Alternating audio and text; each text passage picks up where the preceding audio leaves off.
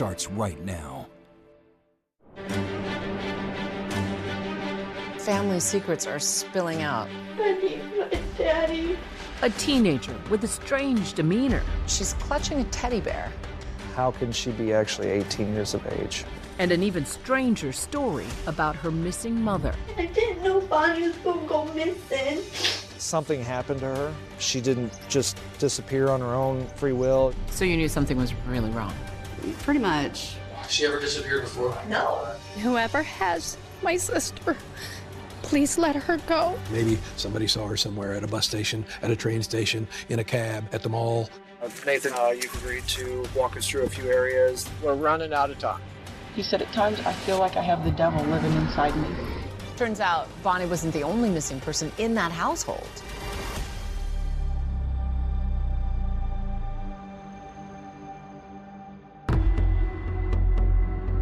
Police in Albany need the public's help finding a missing woman. Bonnie Woodward was last seen Friday afternoon.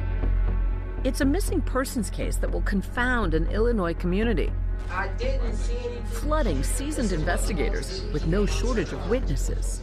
And then possibly tried to get rid of her, you know. These interviews happening in this room right here, focusing on one person, one mother of four, whose sudden and perplexing disappearance sets off alarm bells. It all started at the end of a day's shift, one afternoon in June.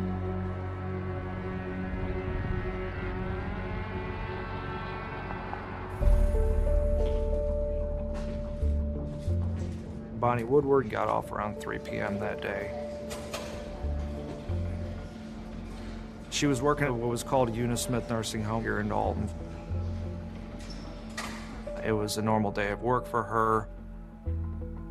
47 years old, worked at the nursing home for over 25 years, I believe, and just a woman who was reliable. Being a nurse's aide that's a lot of caregiving.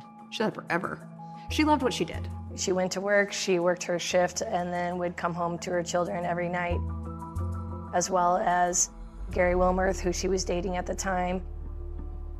Gary knew that she had some sort of staff meeting after work from 2 to 3, so he really wasn't expecting her home until, 3:34. That boyfriend, Gary Wilmerth, says he tries getting a hold of Bonnie around 4 o'clock. But his call goes straight to voicemail. Your call has been forwarded to an automatic voice message system. Everybody was like, she would call if she was 5 minutes Oh late. no, everything she did was on a schedule. Nobody had seen her. This was very abnormal for Bonnie. She was always in communication with her family. After she didn't return home, her family members, they reached out, they tried to call her, they tried to text her, and no response. And by the next morning, when Bonnie doesn't show up for work, her co-workers are alarmed by something they see in the parking lot. Her red Chevy Avalanche was still parked at the nursing home, had not moved from the previous date. Windows had been down, even during the overnight hours. She loved that truck. Like, she worked really hard to get that truck. She absolutely loved it. So she wouldn't have just left it. At that point, it was clear that there was something wrong. And Gary reported her disappearance to our department the morning of the 26th. When we work on the missing person and we're dealing with an adult, you have to keep in mind the possibility if they just want to take a break. They want to get away from family and friends, and that's natural. Also have to look into what's usual and what's their history. Detectives assigned to the case soon learn that 47-year-old Bonnie Woodward is a force of nature. Bonnie survived breast cancer. She was a fierce mother to 4 children. Bonnie has 2 grown children from her first marriage, Joseph, who's 28, and Jennifer, 26. Bonnie is also mom to 2 stepkids, Heather and Aaron. She adopted them after their father, Bonnie's 3rd husband, passed away. Heather was about 17 years old at this time, and Aaron was special needs, and she cared for him every day. Bonnie is also a devoted grandmother. She grew up as one of 9 siblings, so she has a large, extended family. What kind of aunt was she? She was the aunt that took a second to actually listen to you if something was going on. And she had a big personality. Oh, yeah, no, huge personality. Very loving. Her house is where a lot of the cousins all congregated. She had this little case in her living room, and she'd have little figurines and random stuff that had dolphins on it. None of it made sense to me, but she loved them. So she was the social hub. Kind of, yeah. She kind of liked having everybody around. So you knew something was really wrong? Pretty much. With the clock ticking, the Alton detectives start their missing person investigation where you'd expect, at the last place she was reportedly seen. This is where Bonnie worked? Yes, this Unismith Nursing Home. And she was a very consistent employee. Yes, didn't miss any work at all, and certainly wouldn't miss without calling in. And so where was her car parked? It was in the spots here. And the windows were rolled down? Yeah, windows were rolled down, so you would have to imagine that she expected to come back to the vehicle. Back here, presumably no surveillance was captured. No, at that time there was no surveillance back here that we could rely on. Without any surveillance footage, officers are hopeful that Bonnie's car may actually give them some clues as to what may or may not have happened. The vehicle, there's no significant damage to it or anything like that that would cause us any alarm. And upon looking at the inside, there was no evidence of a struggle. So we ended up having this vehicle towed to our police department, secured until we could process it and also dust it for prints. One of the early things was how Bonnie Woodward was really regular with cashing her paycheck. The day she disappeared was payday, and she would, every time she was paid on Fridays, she would take that check to the bank. That was a ritual. Ritual. The check never got cashed. She never went to the bank. Nothing happened with any of her phone, social media, bank accounts, all went dead as of 4 p.m. that day. And so then we have to look at what other troubles that she may have in her life. We have to look at prior relationships. We have to look at Gary Wilmarth, her current boyfriend. And so what did you find when you dug into Gary's background? Gary's got a colorful past. He's a convicted felon, and they've had some domestic issues.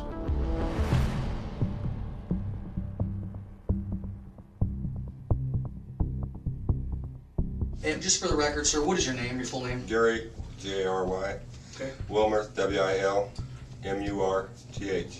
Bonnie was the love of my life, and she was a good-hearted woman. And, I mean, she put up with me, and I mean, that wasn't easy. When Gary's talking to police, he tells them that they've been an on and off couple for about 7 years. Everything good over the past 10 months between you two? Ever any arguments or fights or domestics? Little money problem, you know, because construction's slow. Right. But we've been working it out. I mean, I'm not a good boy. I mean, I've had a record myself in the past. I've paid my time, and Bonnie knew that. Bonnie still loved me. She didn't care what I did in my past. And these cops sure did. Have you heard anything from her at all since then? Nothing. Bonnie's daughter, Jennifer, alibied him at home. And Gary was waiting for her to get home. She said they were both there the whole day together. And ultimately, he did end up doing a polygraph examination and passed it. But as investigators start talking to Bonnie's co-workers, they learn she was last seen getting into a strange car with an unknown man. I guess I had never seen the man before. The police wondered, could Bonnie be having an affair? Or was it something worse? Nothing is out of the realm of possibility. How did she know this person? I mean, Mom had to have known the person she got into the car with.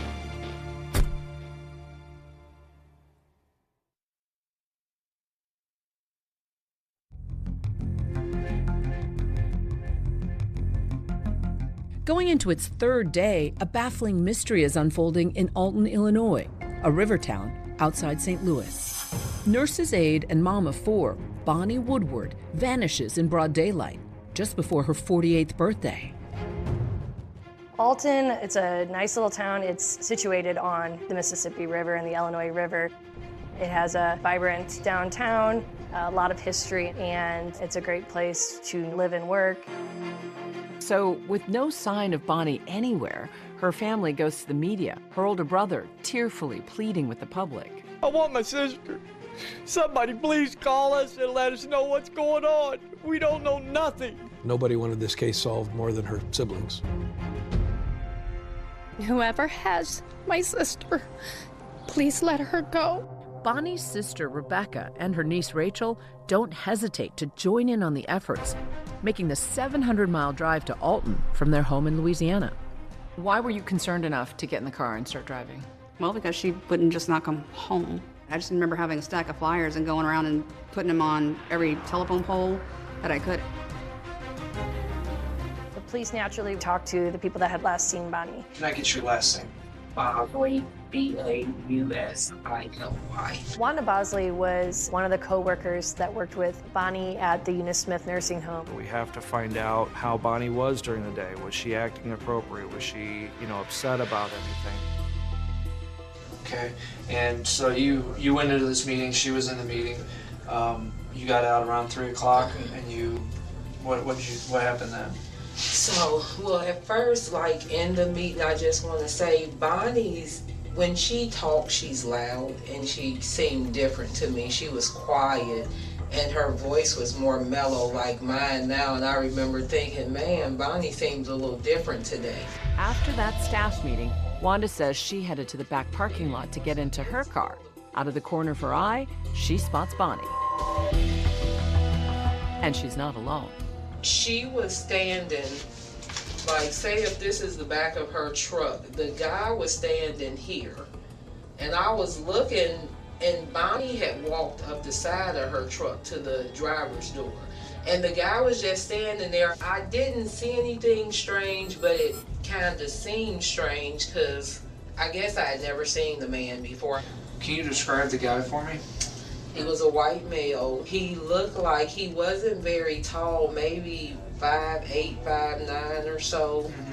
He was like a medium-sized guy. His hair was a salt and pepper, more grayer than black. Turns out, Wanda is not the only coworker to have witnessed this strange sighting. Multiple people report to police seeing this mystery man sitting in a gray or silver sedan similar to a Chevy Malibu, waiting for Bonnie to get out of her staff meeting. So the gray Chevy Malibu was directly to the right of her vehicle. Plenty of people saw him. Yeah, after the meeting, people would see her interacting with him outside both vehicles and ultimately got into the car with him. She did get into the car willingly, and it did not appear that she was forced or anything like that. Police in Alton need the public's help finding a missing woman, 48-year-old Bonnie Woodward. The information regarding the person that people had seen on that parking lot was crucial. She reportedly was seen talking to someone inside a gray or silver Chevy Malibu. So talking to the family and friends, did anybody like a past relationship match the description? And you don't know anybody off the top of your head who would have a silver Malibu? Her ex-boyfriend, Chester, Nick Adams. Chester's dad has a 2009 Impala. If you put an Impala and the Malibu side by side, there's just a little bit of difference. It'd be hard to tell the difference. That's true. Who does this guy sound like to you? Chester McAdams. That's the only guy I can figure out that fits the description. It's Chester. I mean, I don't like to pinpoint a guy out, but Chester fits every description. And like the silver Impala, his dad has a silver Impala. Do you know that for sure? Yeah, because he used to date my mom. Chester McAdams piques the detective's interest not only because he dated Bonnie for a year, but he also has an extensive criminal record. Bonnie started to see him, and then I showed back up in the picture and ran him off. Me and Bonnie's been together probably 7 or more years. We parted about a little over 2 years, and that's when she got with that Chester guy. And you and Chester ever have words? Oh, big time. Big time hate each other? Oh, I mean, fist fights? I run into him in the bar. He was mad because me and Bonnie got back together. So I kind of thought maybe he was upset and might have did something to her. And sir, for the record, I just need your last name. McAdam. Capital M, small c, capital A-D-A-M-S. And your first, sir? Chester. With Chester, it was a very rocky relationship that Bonnie had with him. We'd break up, she'd kick me out, and I'd be gone for a week or so, and then I'd be moved back in. I've been down that road. Okay, so then, then it would be 2 or 3 months, and then I'd be kicked out again, and then back and forth. And then about 2 months before Gary got out, she kicked me out, and then Next thing I know, Gary's living there.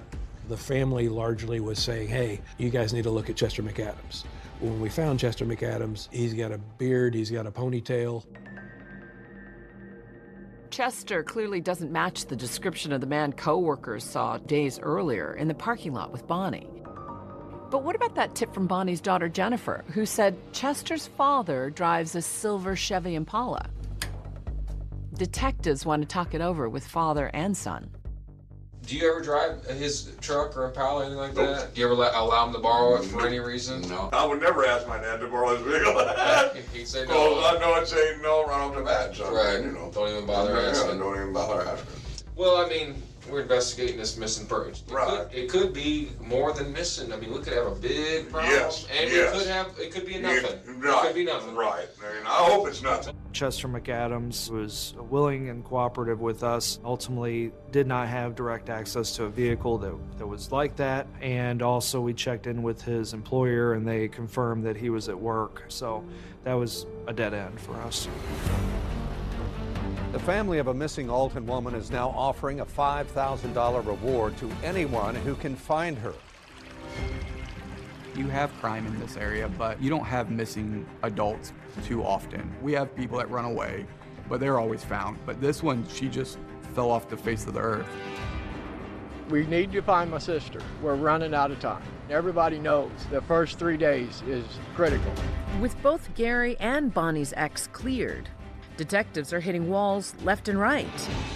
But they're about to be floored by some information that reveals a disturbing coincidence in the Woodward family. Turns out Bonnie wasn't the only missing person in that household. Correct. I need my daddy.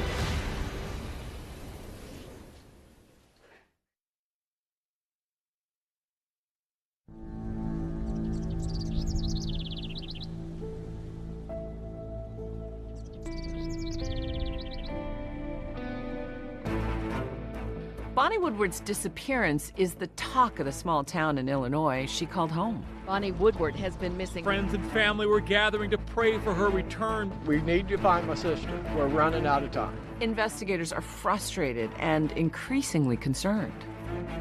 We were doing missing person flyers, talking to local media. We were trying to push this out there as much as we can. Maybe somebody saw her somewhere at a bus station, at a train station, in a cab, at the mall. We're trying to get any kind of lead that'll take us where we need to go. But they're all kind of wild goose chases. Right. It's as if she's vanished into thin air. Right, and it wasn't without leads. Somebody would say they saw somebody similar in Pontoon Beach, Applebee's in Kansas City, but none of them appeared to have much merit. We had to expand our investigation and look into everything about her life that was going on at that time. You discover, wait, she's not the only missing person in that household. Right, right. It turns out that her stepdaughter, Heather Woodward, had been reported missing to the East Alton Police Department more than a week before. East Alton Police Department, which is a separate police department from ours. So we were not aware of that at the time that Bonnie went missing. There was nothing 100% that told us that the two were linked. So at that point, we're having to do a dual investigation. This is a huge coincidence in a small town that a mother and stepdaughter go missing in the same house. Huge, huge. Remember, Heather Woodward is Bonnie's 17-year-old stepdaughter. Bonnie adopted Heather and her brother Aaron after their dad passed away when Heather was just 8. After Bonnie adopted them, it was made very abundantly clear they're in the family. Like, those are her kids. The house is a busy one, with Bonnie's adult daughter Jennifer and her 2 little girls, plus Heather, Aaron, and boyfriend Gary, all living under one roof. And the family tells detectives there was friction between Heather and Bonnie. It was an unhappy teenager, and it was a stepmom giving her chores to do, and there was a little resistance. At some point they argue, and Heather wants to move out, and Bonnie initially doesn't resist the idea. Our investigation revealed that around June 10th, Heather went with her teacher, that was Christine Scheffel, and Bonnie knew about this. That teacher pictured in the high school yearbook along with Heather. Heather moved in with her just 2 weeks before Bonnie vanished. And now that both Bonnie and Heather are missing, investigators have lots of questions. I'm here with the Christine Scheffel. I wanted to get the history of how she became engaged with Heather's life. And then the number one question is, where is she now? She was last with you. Where is she at? I had Heather in Alpha 1 class as a freshman. For the entire year, she has been very vocal to myself and all the other teachers of the abuse that goes on at home. Things like being slapped or thrown against a wall or woke up at 3 in the morning to wash every dish in the house. Just plain crazy stuff. And who's the one she's alleging that does all this? Bonnie.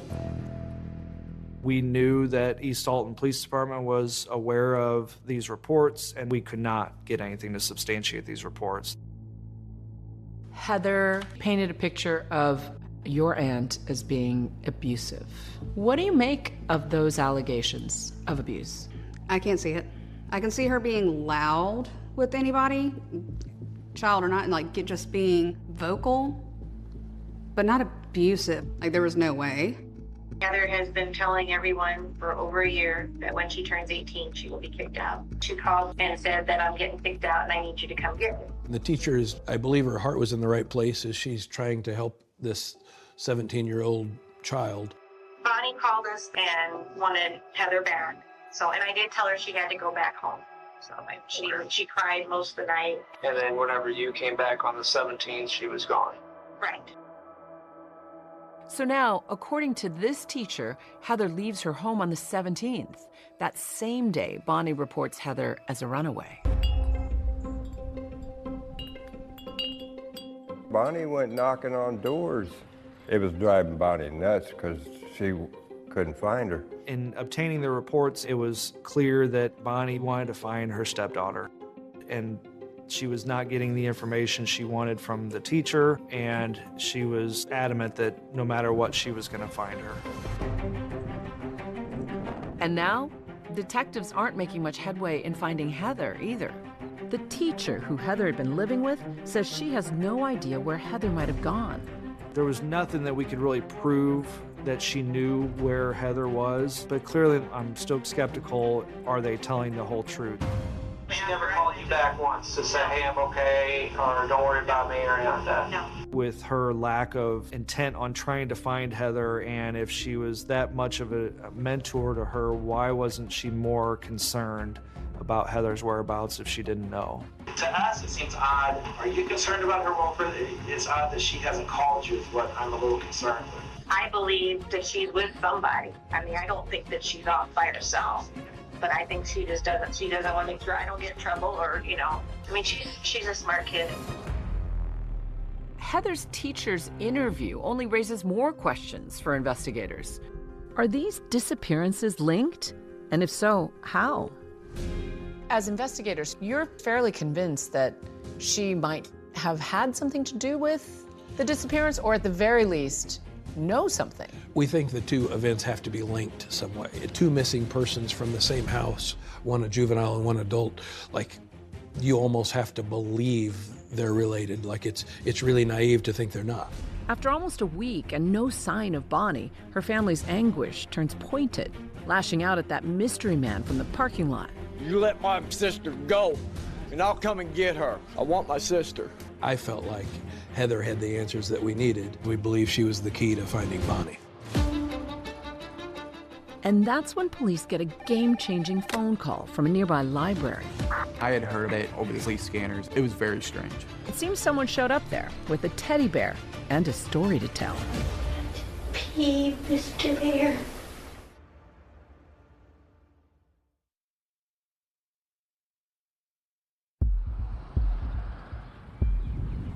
Summer is in full swing here in Alton, Illinois. Backyard barbecues, 4th of July fireworks. Bonnie Woodward used to host these kinds of events, but not this year. She's been missing for a week. And in a twist, her teenage stepdaughter is missing too.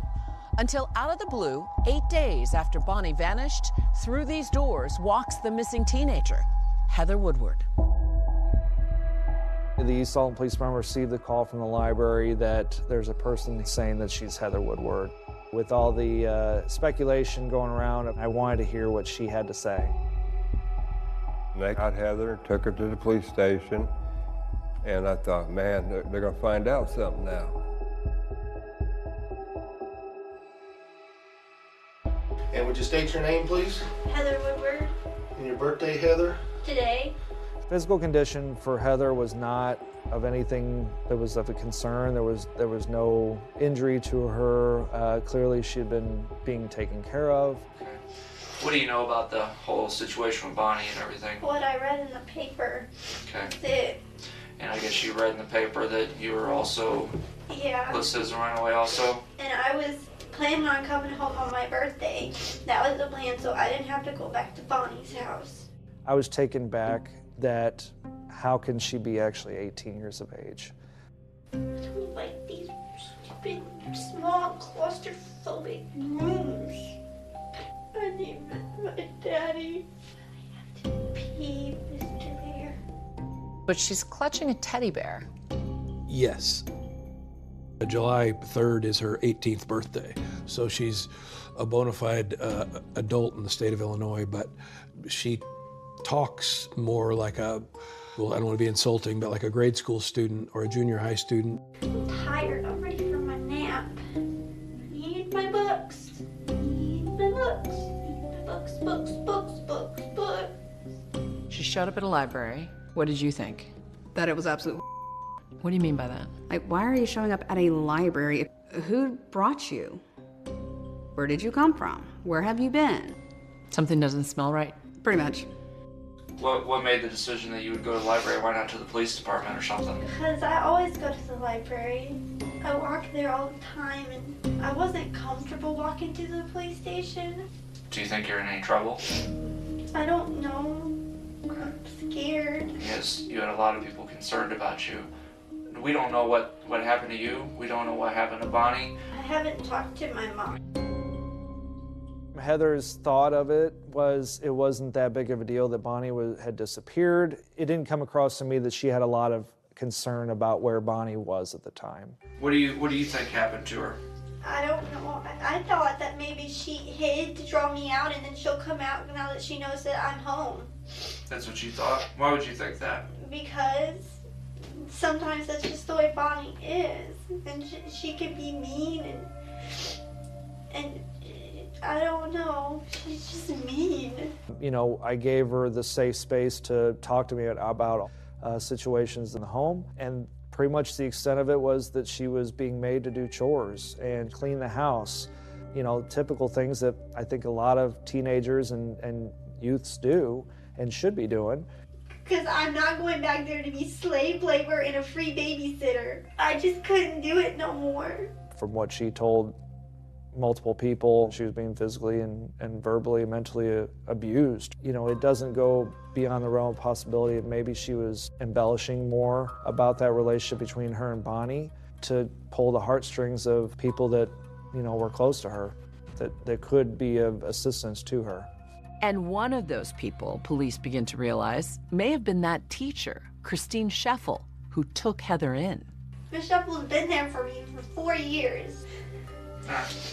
And she was afraid for me to go home because Bonnie can be mean and sometimes she hits. There was an investigation into Bonnie's parenting. Yeah, it's DCFS, Department of Children and Family Services, and they had been involved before. And what did they find? It was unfounded. There's no evidence of significant abuse. Do you think Heather was manipulating adults into thinking that her stepmother was evil? I don't know if she was intentionally manipulating adults, but that was definitely what happened. One thing's clear to investigators. Heather was in someone else's care in the 2 weeks after she left that teacher's house, during that critical time when Bonnie went missing. So now, of course, detectives are curious. Who was she with? And why is Heather protecting them? And then I went to stay at a friend's house. Okay, and who was that? Just a friend. I don't want to get him in trouble. So, just a friend. They helped me. And they knew the situation, so. Well, you know I have to ask who it is. She was very resistant to talk at all about where she had been or what she's been doing and who with. They're not gonna get in trouble, are they? Well, I don't know about that. They don't know nothing. They don't like Bonnie. I don't want to know where Bonnie's at. And as seasoned investigators, you thought she's hiding something? Yes, and we had to push hard enough to get that information. They told me they didn't know Bonnie was missing, and I don't want to get them in trouble. And then it'll be all my fault. I didn't mean to cause no trouble, and I didn't know Bonnie was gonna go missing. So now, another layer to this mystery. She was painting a pretty ugly picture of her stepmother. And might that have motivated somebody to try to protect her? Sure. Are they just good Samaritans or something else? There's maybe more to this than just taking care of Heather. The trail will lead detectives down these winding roads into truly uncharted territory. We didn't see that coming from a mile away.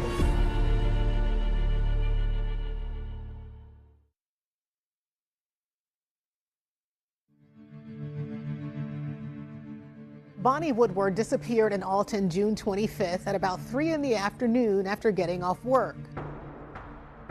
Her family members haven't seen or heard from her since that day. Bonnie Woodward has been missing for over a week.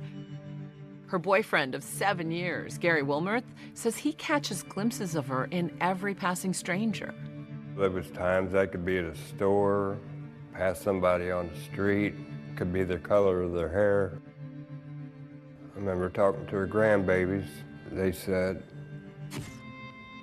"Are you gonna bring Grandma back? You got a picture of these little bitty girls looking at me. Where's Grandma?" I just thought in my heart she was gonna come back.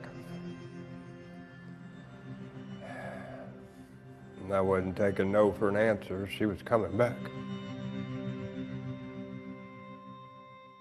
And investigators say they aren't taking no for an answer either. Bonnie's now 18-year-old stepdaughter, Heather Woodward, who also strangely went missing a week before Bonnie, has now suddenly reappeared. Okay, Heather, we just need to ask you a few things here. After hours of questioning from detectives, Heather seems finally ready to reveal the identity of the people she says helped her run away. They're not gonna get in trouble, are they? I don't know about that, but I want to at least know where you been. I want to make sure that you were safe. I stayed with some people from the church. Do they have any kids your age? Nathan. He's my best friend. Okay. So it's Nathan Carroll's family? Okay.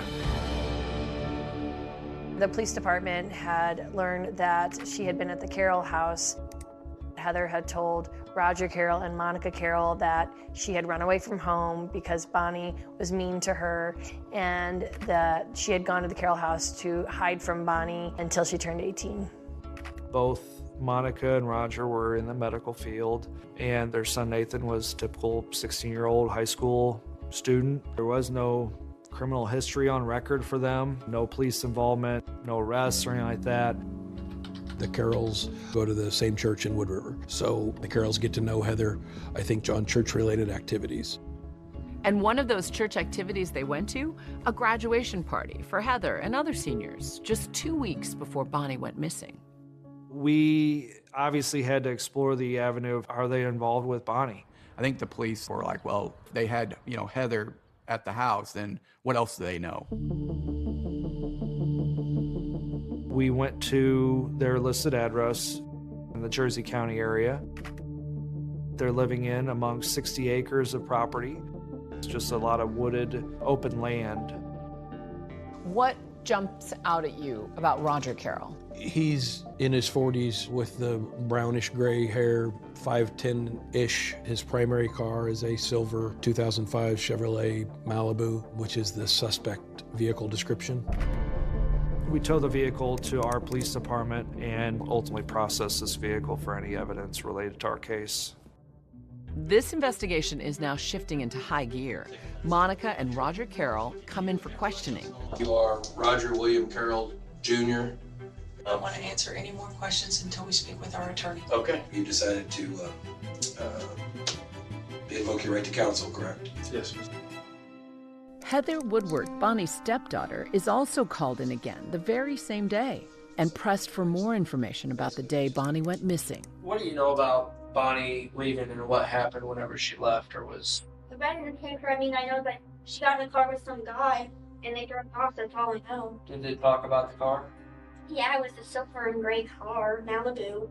That's it, that's all I know. Does that I know sound like any car that you're familiar with? No. Oh, besides Roger's car. But Roger wouldn't hurt a fly. Investigators then confront Heather with a new piece of information. They found out that she and the Carrolls were together at a lake house in the days just before Bonnie went missing. They went down to Monica's parents in Goreville, Illinois, on a small trip, just the four of them. And detectives grow even more suspicious when Heather shares that Roger and his son Nathan returned home by themselves on the same day Bonnie disappeared. Roger and Nathan came home on Friday. We came home on Saturday, me and Monica. Why did they leave on Friday? Monica told me that he just wanted to get home, and he made Nathan go with him. He brought Nathan with him, got up and left at 7 o'clock in the morning on June 25th, Friday morning, the day Bonnie disappeared. Now, the question I have here is the guy that meets with Bonnie up at the nursing home, he's in a gray Malibu, silver gray Malibu. How do I know that Roger's not the one that met with Bonnie up there that Friday? I don't know. Bonnie's never met Roger, so I don't know why she'd get in the car with him. What if he told her, hey, I know where Heather is. Why don't you come with me and you can pick her up? I don't. Do you think Bonnie would have gotten in the car with him then? No, she doesn't care about me. So you have a lot of circumstantial evidence, but nothing that cracks the case open. It is all circumstantial. There wasn't enough to link Roger Carroll or Monica Carroll to Bonnie's disappearance. However, both of them at that time were charged with harboring a runaway. Both Roger and Monica plead not guilty to this charge, but this turns out to be a helpful tool for investigators. In getting those charges, we can also get fingerprints, we can get photographs. And then you put Roger in a lineup. We did. We used this mugshot primarily with the employees at Unismith. And that did not come up with a match. It did not. That resulted in no positive IDs. The family members must be chomping at the bit at this point. They are, but sometimes the cases move when they want to move. Did you feel like there had to have been somebody out there that knew more than they were saying? I think anybody that is just trying to locate a loved one often feels like somebody's not talking or somebody's lying. Summer winds to a close without Bonnie Woodward and without answers, until news of a body found on the banks of the Mississippi River here in Alton, Illinois, leaves her loved ones holding their breath. Every time a body comes up, we call. 51 days exactly. She's been gone, and we have not one solid answer. That body, it turns out, is not Bonnie Woodward. But a break in the case is coming. The lab results from Bonnie's abandoned truck are back, and the results are stunning. The crime lab comes back with a very significant hit. Yes. You understand what we're trying to tell you right now? There's new physical evidence in this case. I said we have to jump now. This is our time. I'm thinking I'm gonna die. It's crazy, absolutely crazy.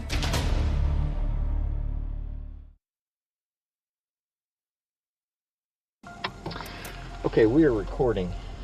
I said, stop it, just stop doing this. Let me go, just let me go. I'll do anything you want me to do, just let me go. Tonight, a third woman in danger who broke the bizarre mystery. Bonnie Woodward disappeared in Alton of a June missing 25th. mother. I didn't mean to cause no trouble, and I didn't know Bonnie was gonna go missing. Who's been hiding daughter Heather? And could Bonnie have ended up in the same place? Family members must be chomping at the bit at this point. It was a needle in a haystack. We had 60 acres of property. We didn't know where to look, what to look for. Nathan, you've agreed to walk us through a few areas that are of interest in our investigation. We got a hit on the prints. And on a scale of 1 to 10 of your suspicion level, where did it go? Yeah, it spiked. Any idea what they were? Little pieces of white things, but I don't know exactly what it was. The family's falling apart, and we have to jump now.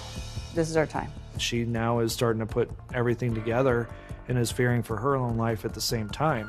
He said, I have killed for you. I have killed for you. That sounds like bingo.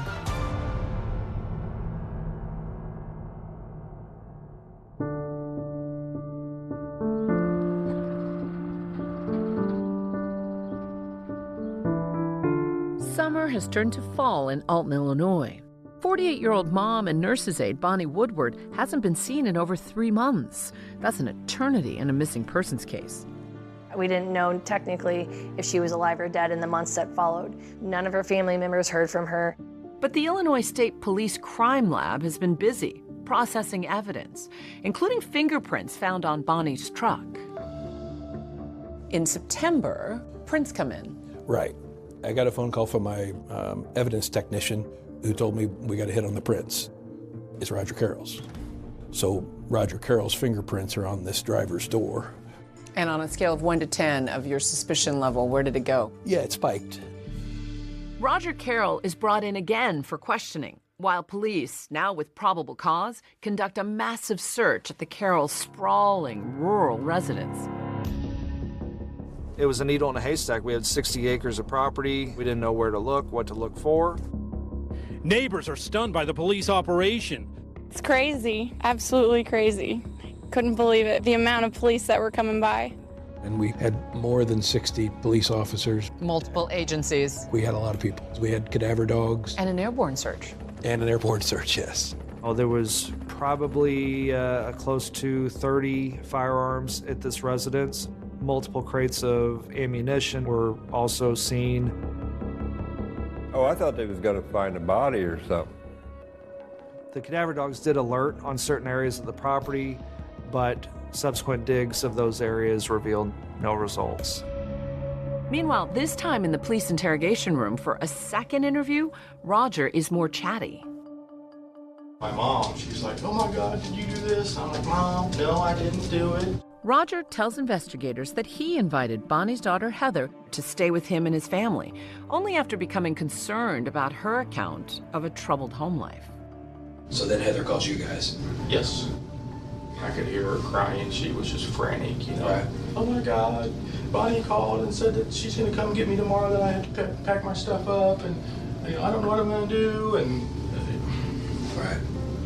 So she kind of played on your soft hearts and said, can I come stay there? She never said, can I come stay? Just to be honest about it, I'm the one who said, hey, you know, this is a bunch of crap. Why don't we just go, you know, she can stay with us. Okay, okay. I'm the one that said that. As far as Bonnie, you've never had a conversation with that woman, and you've never been face to face with that woman. You know where she lives, but you've never, other than you've driven by there, but 2 times, right? Yes, that's correct. And you've never been in her vehicle, and you've never had occasion to handle her vehicle or touch her vehicle. That's correct. But there's one little detail investigators have been deliberately coy about when talking to Roger Carroll. So finally I was, at the end of the interview, I was like, how do we explain it that your fingerprints are all over her driver's door? He stumbled just a bit and says, Then I've been trained. I mean, no, there's no way that my fingerprints are on that car door or my DNA is on that car door. There just is no way. He's asking, like, my prints aren't on that door. I'm like, yeah, well, yes, they are. I don't see, there's no way my fingerprints are all over the door of that car. They are. So he denied it still, and the interview terminated pretty quick after that. Not only were his fingerprints found on her car, but he denied ever having met her or ever been there and ever been in that parking lot. So what do you make of that? What? That he's lying? There's a third interview with Heather. Heather stays firm during this interview that she didn't have anything to do with it. Bonnie went missing around 2 to 3 o'clock in the afternoon. And his prints are on Bonnie's truck. What do you think? I don't know. Because I would never want nothing to happen to Bonnie. I mean, like sometimes you know, she's mean, but I wouldn't do that to her. I didn't tell him to touch Bonnie. She was the only thing I knew. I wouldn't hurt her. The police process Roger's gray sedan, but here's the thing. They don't find any fibers or DNA belonging to Bonnie or even her fingerprints. And they don't come up with much of the Carroll house either. After the search in September, there was really no evidence found at the residence that 100% put Bonnie there at the Carroll property. When you take somebody to trial for first-degree murder, you better be right and you better be ready because you only get one shot. We still didn't have Bonnie's remains. We didn't know if Bonnie was alive or dead at that time. And what we did know is that Roger Carroll was lying. Roger Carroll, based on the lies that he told, was charged with the offense of obstruction. Family members and friends felt that he needed to be charged with murder, but based on it only being a circumstantial case at this point, that would have been quite a stretch for us. So the case goes cold. Your aunt is still missing. What was that like for your family? I know that it was very hard emotionally for many family members. It would take 8 years and one newly installed prosecutor combing through a pile of Madison County cold cases.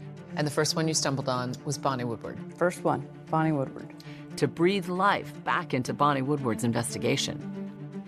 Jennifer Mudge decides to try to open a cold case, but even before you can relaunch anything, you get a startling phone call. I got a call from Roger Carroll's neighbor, and he's asking me, he's like, do you know what's going on at the Carroll's house? I said, God, Roger, stop it. Just stop doing this. Let me go. Just let me go. I'll do anything you want me to do. Just let me go.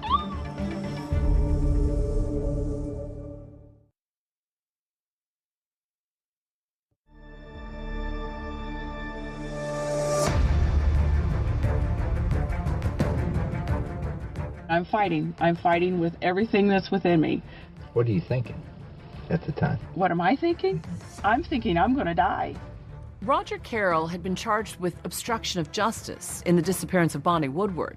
But now, 8 years later, he's being accused of something else altogether by, of all people, his wife of over 30 years, Monica. In March of 2018, we received information from the Jersey County Sheriff's Department that there was a domestic situation in which Roger had caused injury to Monica. I didn't know his connection, right? I didn't know this was the Bonnie Woodward suspect.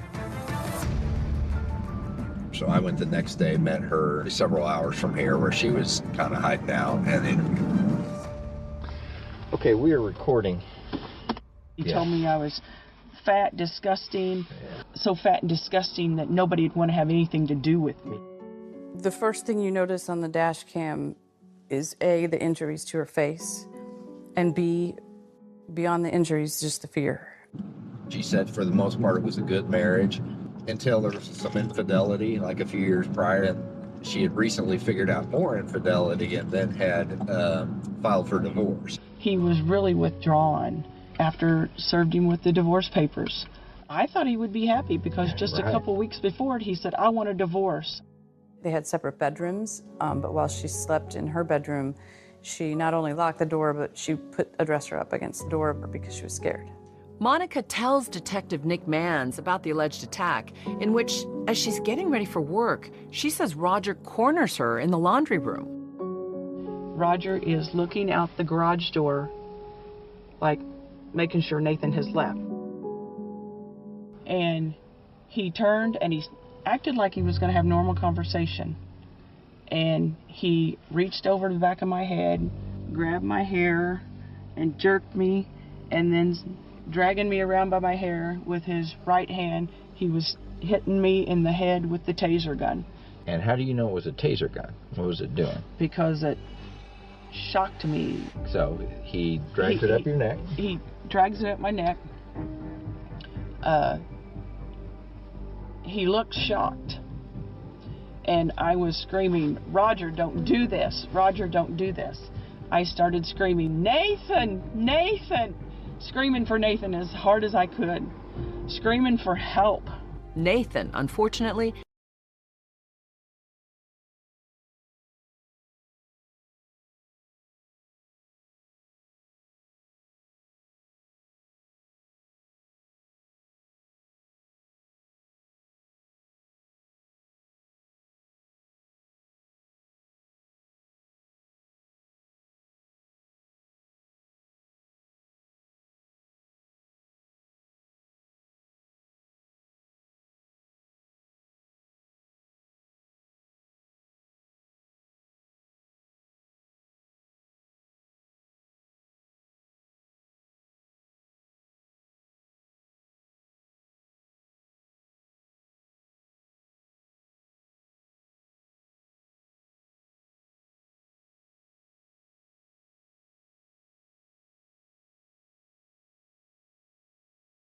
Had blood smear.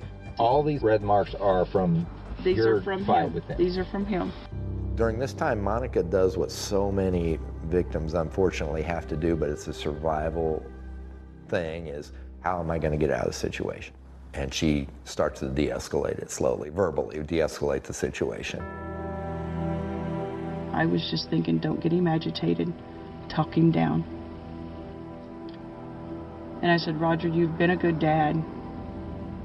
You were a good husband, but you're not the man that I married 30 years ago. And he'd said it before. He said, I know. I'm not that same person. He said, I am a monster. He said, I have so much anger and hate in me, and I can't control it no more. He said, at times I feel like I have the devil living inside me. Eventually that got to the point where he allowed her to get up and get ready for work and go. As soon as I got in my car, I hit the lock button, put it in reverse, and took out. Then she provided us information that she knew him to possess firearms, and she believed him to be suicidal at the time. He says, I've been thinking about just going out into the woods and never coming back. Detective Mann says he went to search for Roger the morning of the alleged attack. We believe he's a danger, obviously, to her and to our community, but also to himself. So I'm driving down this road, which is Creek Road, which is where he lives. And this is actually, that would be his house at the time. He and Monica lived there. That was their home. I keep going up this hill. You can see it's pretty rugged terrain. I don't even realize at that time that this is his property. So I go up here and I go left and I drive across this field, and I get out of my car. And when I get up along this trail, I see something down there, and I keep moving closer, and it's him. Roger was lethargic. I felt in his jacket pocket, which turned out to be a bag of needles, of syringes. Then I found a vial of what I knew to be insulin. I asked him if he was diabetic, and he said no, that he had hurt his wife and that he was trying to kill himself. But I called my dispatch and said, send an ambulance this way. What's the ambulance? No, this guy's not diabetic. He took insulin. Attention, Brighton Rescue, Creek Road, for 52-year-old male. Took an overdose of insulin and suicide attempt. But what Detective Mann soon learns is that his fellow investigator, Scott Golicki, has been looking at Roger Carroll as Bonnie Woodward's possible killer. Immediately, Scott and I said, the family's falling apart, and we have to jump now. This is our time. Because at that point, you double down on every member of the Carroll family. Right. We need a talker. They need a talker, and they're about to get one. And investigators get a story they had not prepared for.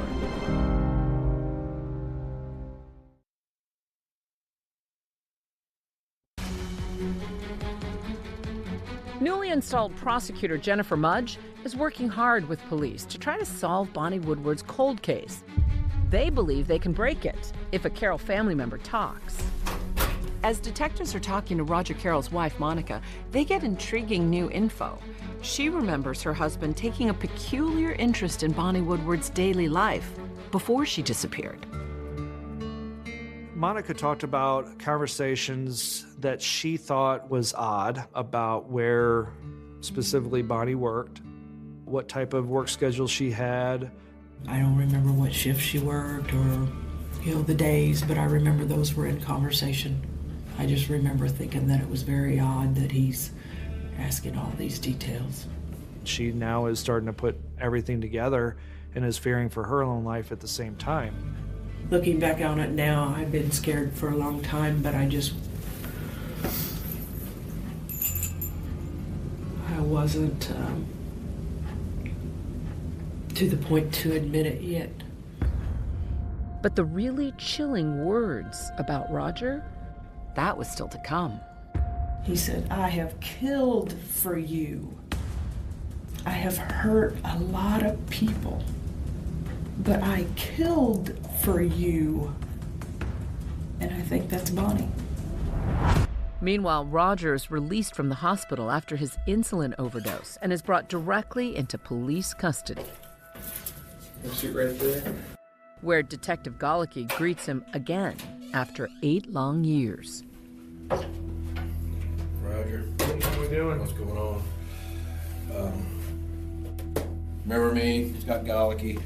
So after all that, you sit down with Roger years later from the last interrogation. Yes. Is he a different man? Yes, we both aged a lot, and probably me more than him. After the domestic, he was clearly suicidal. And so when I see him, it's not his best day. You know, I had to say a word, but if you want to hear me out, I think it might be worth your while, but it's your prerogative. You're driving this bus. I had started it with, hey, Roger, you don't have to say anything if you don't want, but we've opened this case. This train's coming down the road. I think what's going to happen now is that this is a homicide investigation, and it's moving in that direction. I was basically telling him charges on this case are now imminent. But some of the intimate details and the specific details, only you know. It's the right thing to do for Bonnie yourself, also the right thing for you. There's no way you're enjoying living with this. But if Detective Golicky is counting on a crisis of conscience from Roger Carroll, he's about to be disappointed. We've opened this case. This train's coming down the road. Like, I'm giving you an opportunity to try to mitigate the circumstances. Are you comfortable with the whole situation? Like, I mean, well, no. I mean, I'm not going to talk to you. Call my attorney, please. Like, I interviewed him for an hour and some change, and really for 55 minutes, he just didn't speak. Since Roger completely clams up, they bring his wife Monica in again. And turns out she does have more to share. So you had a feeling that something wasn't right. Something happened. Otherwise, I think you would have questioned it. Your internal feelings. Said that something wasn't right. Yeah. That things weren't right. When he said that he's killed people for me, to protect me and Nathan. I know that's not right. I know it's not right that he should kill someone, feel that he has the right to kill someone to protect me. And you're not aware of anything else in your history with Roger or, with Nathan that he would be talking about other than Bonnie Woodward. Right. The only person that come to my mind would be Bonnie. Monica says Roger issues her a stark warning about Bonnie's family. He made it sound like it'd be my fault if something happened to our family, if I ever talked. So I didn't want to be the one to be the cause of our family being torn apart. I didn't want to hear it.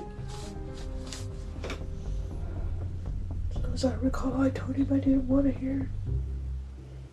We knew that Monica was not there at that time, and we were also pretty confident that she didn't show up until a day later.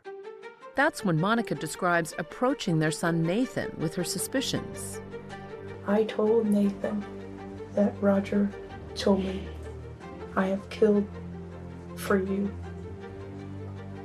And he was like, don't ever repeat that, Mom. Don't ever repeat it. But what might it take for Nathan to start talking?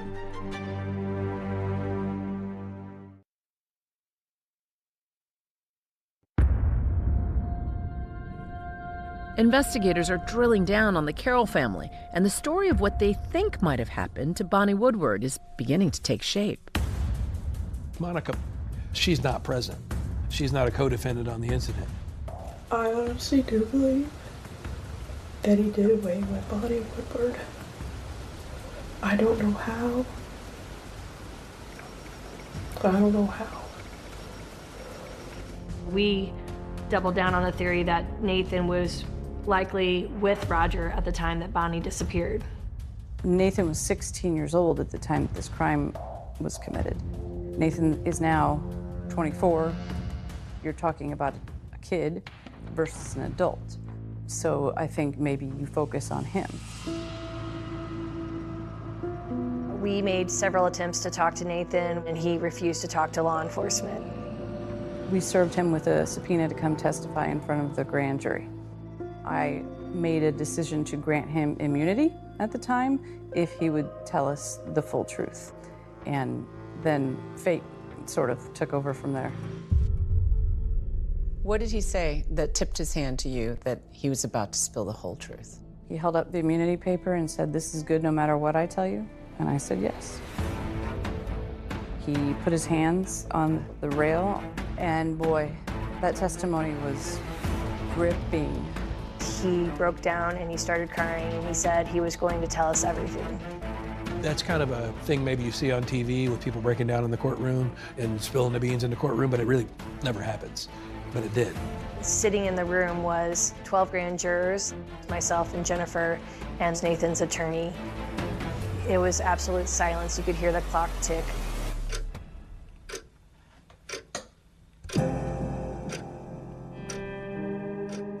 It's like watching the weight of the world being lifted off this young man's shoulders.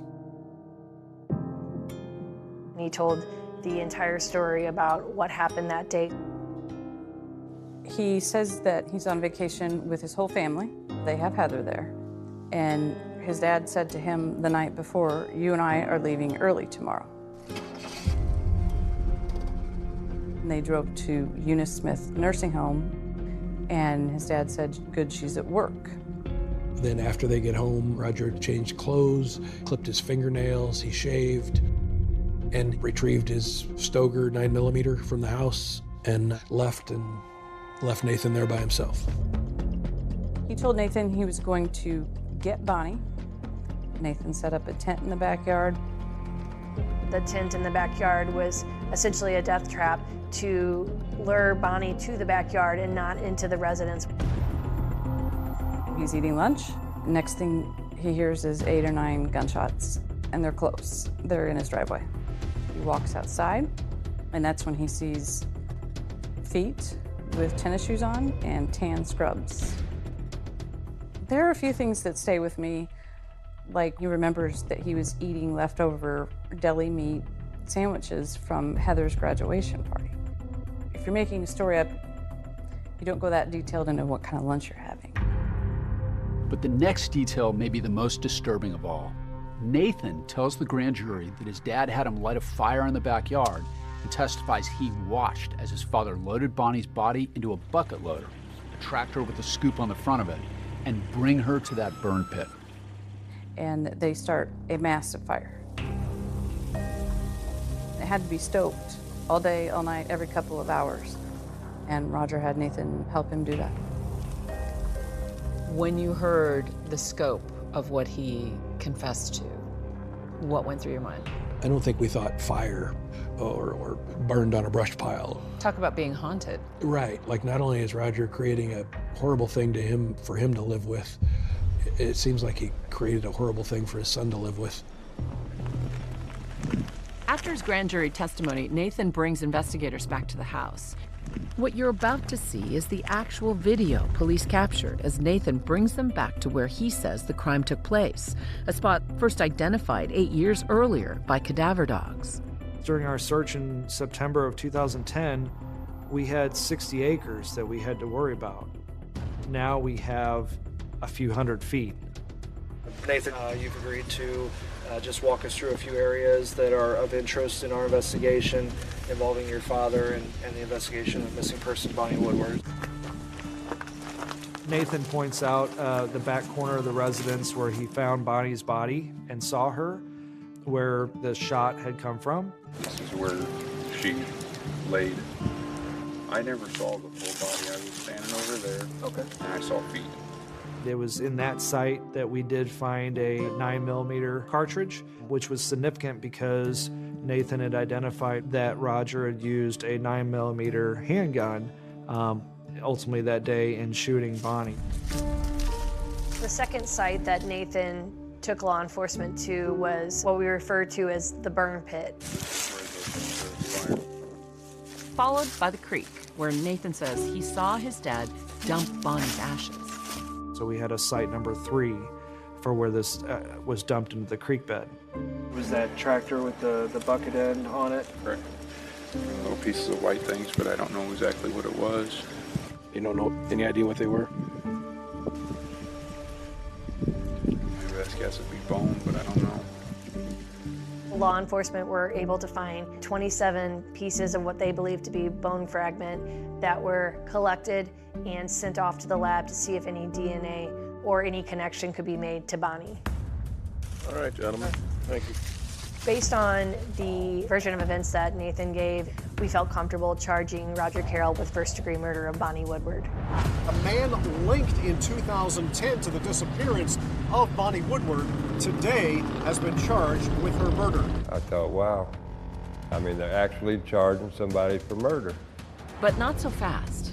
Some critical evidence will be unveiled in court, which could upend the case. The DNA on those bone fragments, it's not what police expected.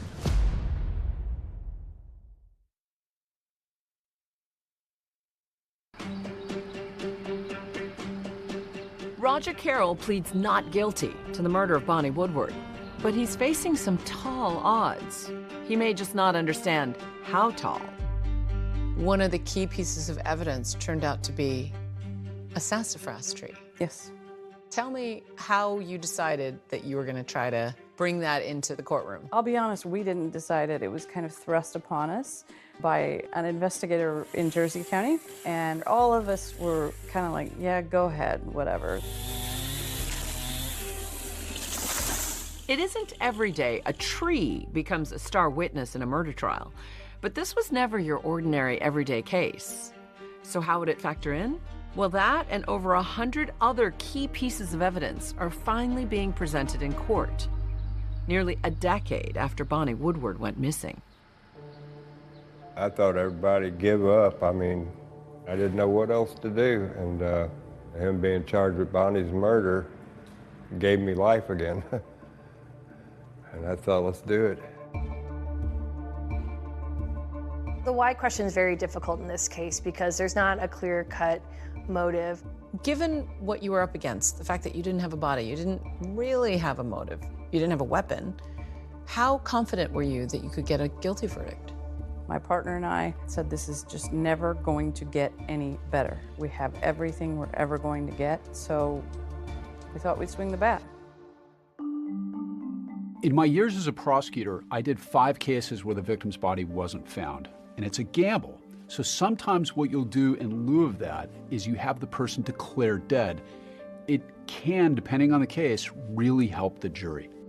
We took note that now it had been 8 years that Bonnie had not been seen. So one of the first steps we had to take was to have Bonnie officially declared deceased. And we're able to obtain a death certificate based on the circumstantial evidence that she had not been seen. My name is Jennifer Schock, and I was juror number 2. What had you heard about the case? I hadn't. I truly came in there not knowing anything prior.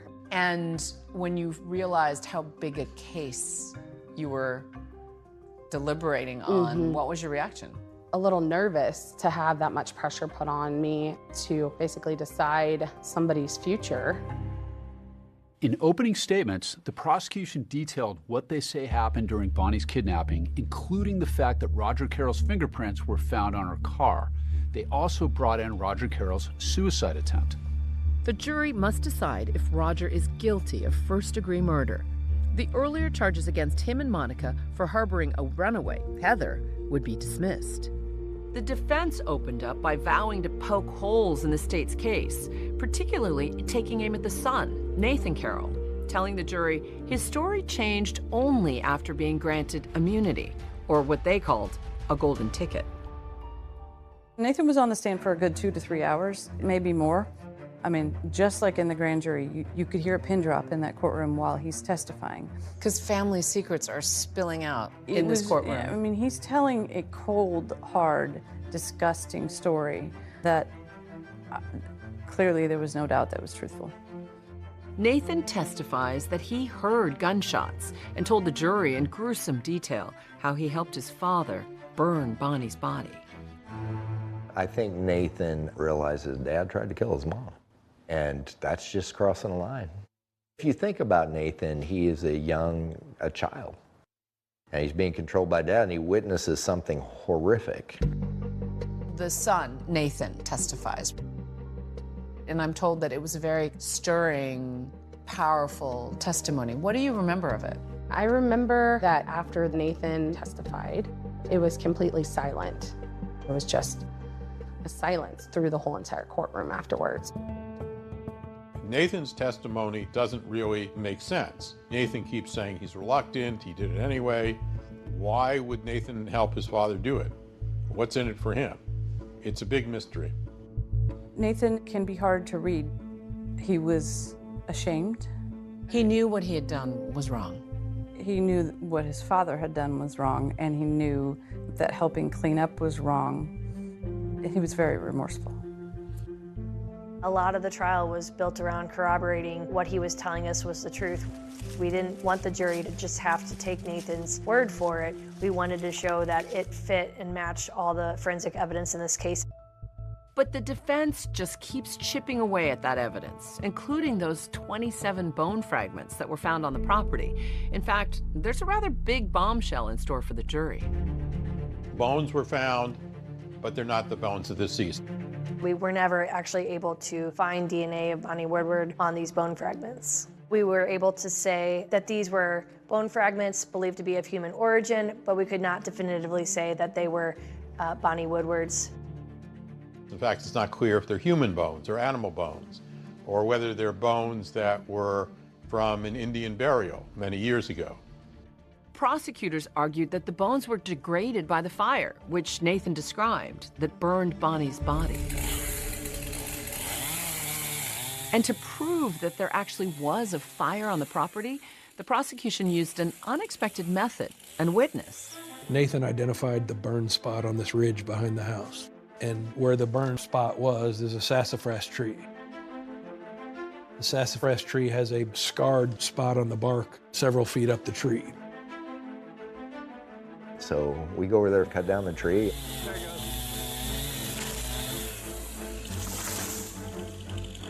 Cut slices out of the tree. We sent him off to a botanist. He examined the tree, its age, its growth rings, and said that tree was damaged in the early growing season of 2010, spring or summer. That tree damage, according to the testimony of a botanist from the University of Wisconsin, was reminiscent of a fire and appears to have happened at the same time Nathan claimed Bonnie's body had been burned. As a prosecutor, why is that critical? That fire, others have testified, had to be quite large to burn a body like that, down to the fragments that we found.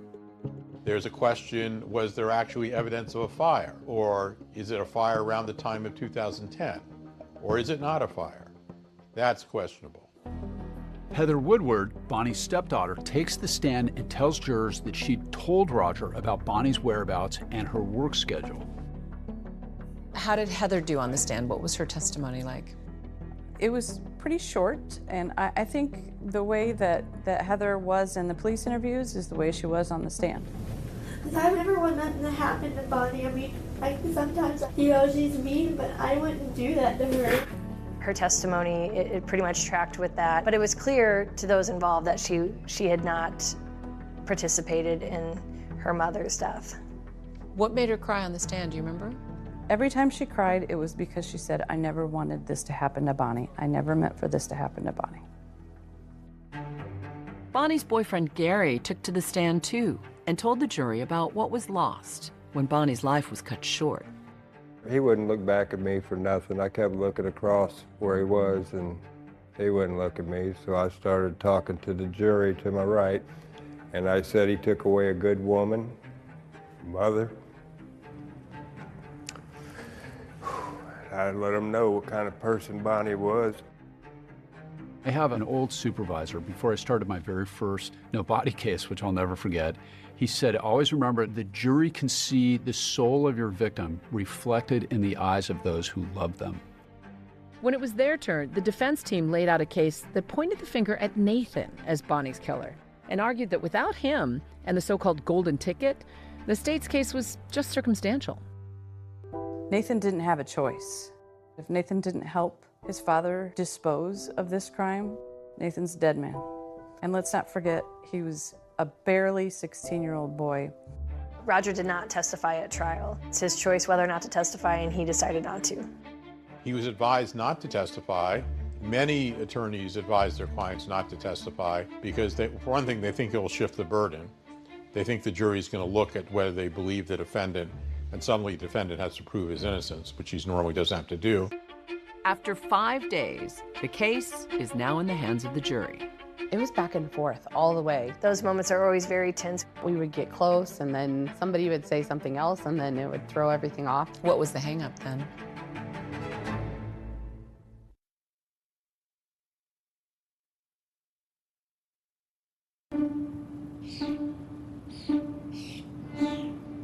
The cases have been presented, and now the verdict is in the hands of the jury.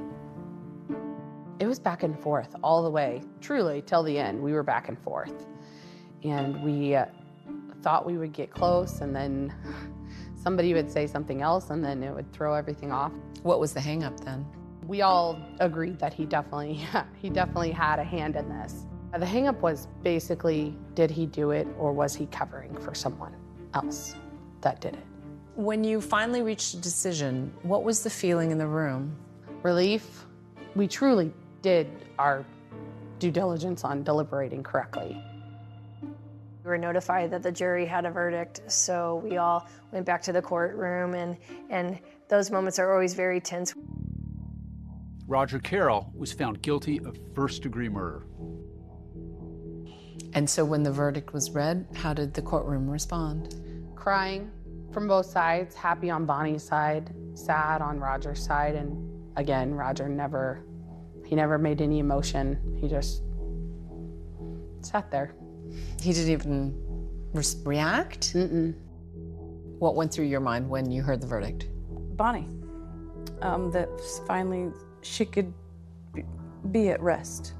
I don't believe in the word closure. It doesn't exist in my mind, but that Bonnie can now rest peacefully. By the time of sentencing, the charges against Roger for domestic violence and obstruction were dropped. At the sentencing hearing, Roger was given the opportunity to make a statement to the court, and he chose to use that time to be defiant. He said, I don't have anything to be sorry for. I won't apologize because I've done nothing wrong. And that says a lot about his mindset. Sure does. When I heard the jury found him guilty, that was a blessing to my ears to hear. Wish he could have got more time than he did. He was charged with first-degree murder while using a firearm. He received 40 years in the Department of Corrections for the murder, plus 25 years for the gun enhancement. At least they did lock him up, and I give him that. The police finally making him pay for what he did.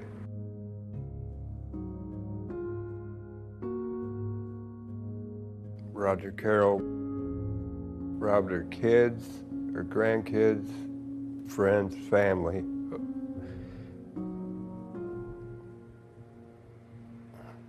But we won't never forget her, and we won't forget him. People describe her as somebody who had a really loving heart.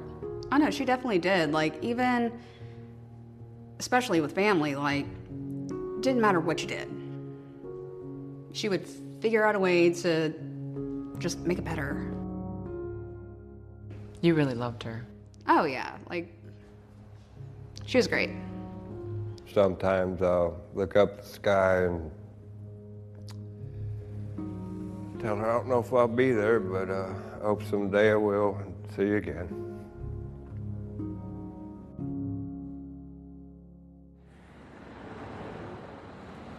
So many of Bonnie's loved ones wishing they could see her again. Bonnie Woodward's killer, Roger Carroll, is appealing his conviction. He was granted permission for that appeal by the Illinois Supreme Court, and his case will likely be argued this fall. That's our program for tonight. Thanks for watching. I'm Deborah Roberts. And I'm David Muir from all of us here at 2020 and ABC News. Good night.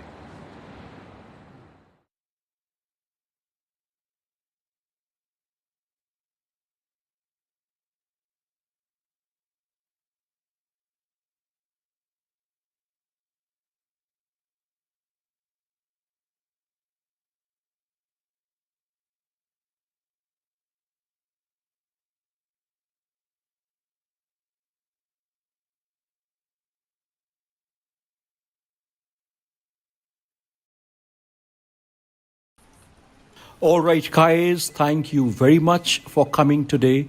I have called you for a very special thing.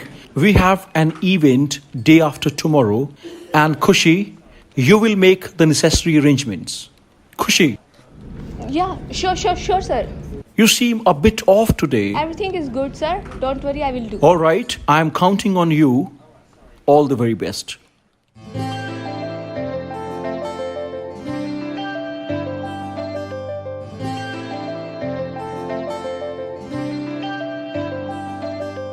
ਕੱਲ ਰਾਤੀ ਰੋਈਆਂ ਮੈਂ ਤੇਰੇ ਕਰਕੇ ਸੁਣਿਆ ਏ ਤੂੰ ਵੀ ਰੋਇਆ ਮੇਰੇ ਕਰਕੇ ਕੁੜੀਆਂ ਚ ਲੜਾ ਮੈਂ ਵੀ ਤੇਰੇ ਕਰਕੇ ਮੁੰਡਿਆਂ ਚ ਅੜੇ ਤੂੰ ਵੀ ਮੇਰੇ ਕਰਕੇ ਮੈਂ ਨਾ ਪਿਆਰ ਕਰਾਂ ਮੈਂ ਨਾ ਪਿਆਰ ਕਰਾਂ ਕਿਉਂ ਨਖਰੇ ਜਿਹੇ ਦਿਖਾਵੇਂ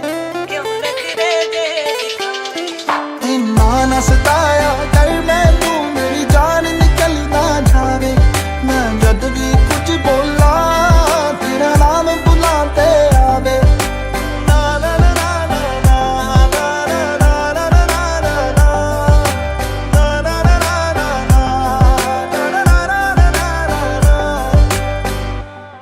ਪੁੱਛਦੀ ਮੈਂ ਤੈਨੂੰ ਮੈਨੂੰ ਸੱਚ ਸੱਚ ਦੱਸੀ ਵੇ ਇੱਕ ਵੀ ਨਾ ਗੱਲ ਵੇ ਤੂੰ ਦਿਲ ਵਿੱਚ ਰੱਖੀ ਵੇ ਦੁਨੀਆ ਨਹੀਂ ਚਾਹੁੰਦੀ ਵੇ ਤੇਰਾ ਮੇਰਾ ਪਿਆਰ ਵੇ ਸੁਣ ਮੇਰੀ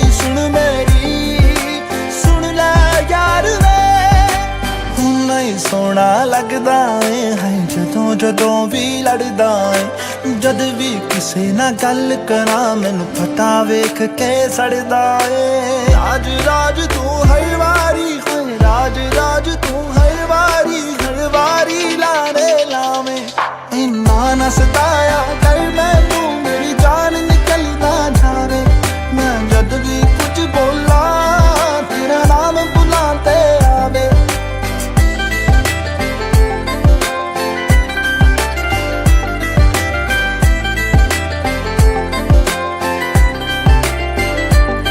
ਸਾਰਾ ਦਿਨ ਬਿਜ਼ੀ ਰਹਿਣਾ ਏ ਤੂੰ ਯਾਰਾਂ ਦੇ ਨਾਲ ਬਹਿਣਾ ਏ ਤੇਰੀ ਦੂਰੀ ਤੇ ਮਜਬੂਰੀ ਦਿਲ ਮੇਰਾ ਏ ਸਹਿੰਦਾ ਏ ਕਿੱਥੇ ਜਾਵਾਂ ਨਾ ਜਾਵਾਂ ਹਰ ਇੱਕ ਗੱਲ ਮੈਂ ਪੁੱਛਦੀ ਆ ਮੈਨੂੰ ਕਦੇ ਮਨਾਉਂਦਾ ਨਹੀਂ ਤੂੰ ਮੈਂ ਕਿੰਨਾ ਰੁੱਸਦੀ ਆ ਮੈਨੂੰ ਚੰਗਾ ਲੱਗਦਾ ਏ ਭਾਵੇਂ ਸਿਰ ਮੇਰਾ ਤੂੰ ਖਾਵੇਂ ਇੰਨਾ ਨਾ ਸਤਾਇਆ ਕਰ ਮੈਨੂੰ ਮੇਰੀ ਜਾਨ ਨਿਕਲ ਨਾ ਜਾਵੇ ਮੈਂ ਜਦ ਵੀ ਕੁਝ ਬੋਲਾਂ ਤੇਰਾ ਨਾਮ ਬੁਲਾਤੇ ਆਵੇ